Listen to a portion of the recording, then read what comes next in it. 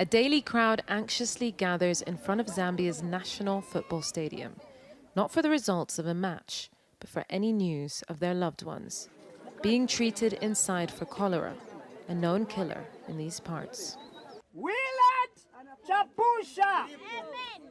For some, there's the relief of an update. For others, the suspense has only just begun, watching for their relatives amongst the new cases that keep coming in. Another new patient has just arrived. They keep rolling in. This 60,000-person stadium has now been designated to treat hundreds of cholera patients. They're being transferred from cholera centers all over Lusaka. The capital and wider province has been hit the hardest, and a rising death toll is driving up anxiety. They are announcing names here, but not of my nephew.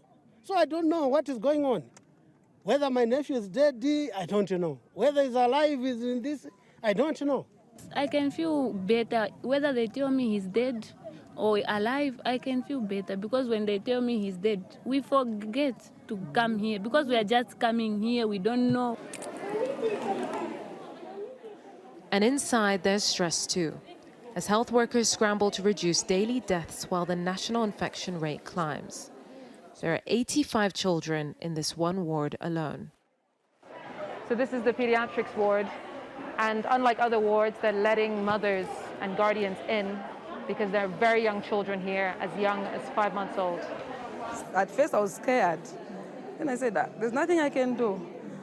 Because right there in the compound where we are staying, when we're telling people about hygiene, cholera is real, it seems like it's a joke. But when you come here, you see the reality. These are mothers like me, and I know, how it feels. And I just had to find a way to let them come in. Health Minister Sylvia Masebo spends much of her time with health workers at the stadium, and the rest of her time persuading residents of health measures. What do you tell them about funerals and burials? I've told them that they cannot participate in burying, and I've also told them that they cannot have funerals at their homes by bringing people. I've also told the general public not to attend funerals anymore, to avoid those funerals, especially if somebody has died from cholera, because they are risking their life. And I think that in the beginning it was a bit difficult, but I can tell you that generally I think the message is sinking.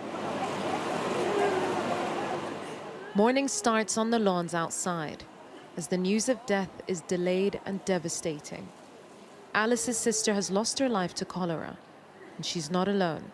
Nabel has just learnt his grandmother died too. For us, we are just waiting that she's going to be discharged. But unfortunately, we are told she passed away. She's being buried at a nearby gravesite. At 84, Tamara Lungu was the matriarch of this family, who will now have to mourn her without a funeral. There's nothing we can do.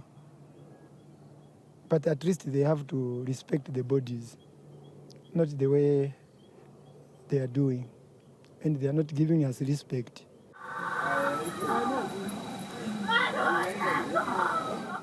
The pain is gut-wrenching and raw, never dulled, no matter how many cycles of this disease come and go. Yusra El Bagher, Sky News, Lusaka.